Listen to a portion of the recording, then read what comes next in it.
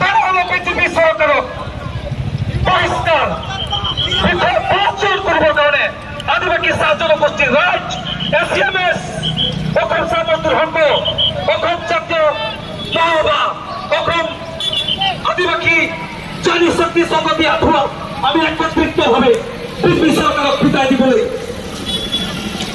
প্ৰস্তুত আছো।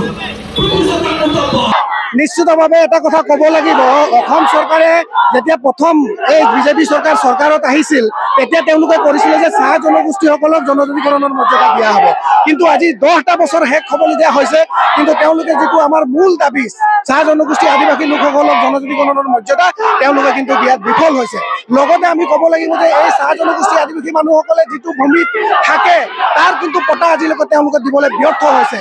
আমি চাহ শ্ৰমিকসকলৰ মজুৰি বৃদ্ধিৰ কথা কৈ আহিছোঁ, বিগত সময়ত তেওঁলোকে কথা দিছিলে, কিন্তু আজি তাৰিখলৈকে চাহ জনগোষ্ঠী যিসকল ৰাইজ চাহ বাগিচাত কাম কৰে তেওঁলোকৰ জন্ম মজুৰি 551 টকালৈ বৃদ্ধি কৰা নহ'ল। গতিকে আমি এই প্ৰতিবাদী সমদলৰ যোগেদি চৰকাৰখনক আমি সকীয়াই দিব বিচাৰিছোঁ, অতি শীঘ্ৰে এই 3টা যি দাবী আছে তাৰ ওপৰত যদি ব্যৱস্থা লোৱা নহয় চাহ জনগোষ্ঠী ৰাইজ আদিবাসী ৰাইজ কিন্তু শান্ত নাথাকিব। আজি গোটেই তিনিচুকীয়া জিলাৰ যিমানবিলাক চাহ জনগোষ্ঠী আদিবাসী এলেকা আছে চবৰ পৰা মানুহ আহিছে, ক'তো কোনো মানুহক আমি কাম বন্ধ কৰিবৰ কাৰণে পোৱা নাই, কিন্তু স্বতঃস্ফূৰ্তভাৱে সকলো ইণ্ডাষ্ট্ৰী সকলো বাগিচা বন্ধ কৰি পেলাই ৰাইজ ওলাই আহিছে।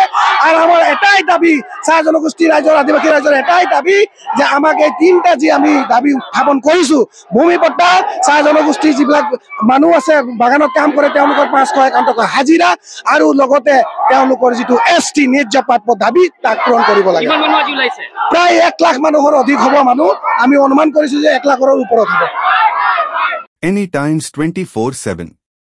Your news, your voice.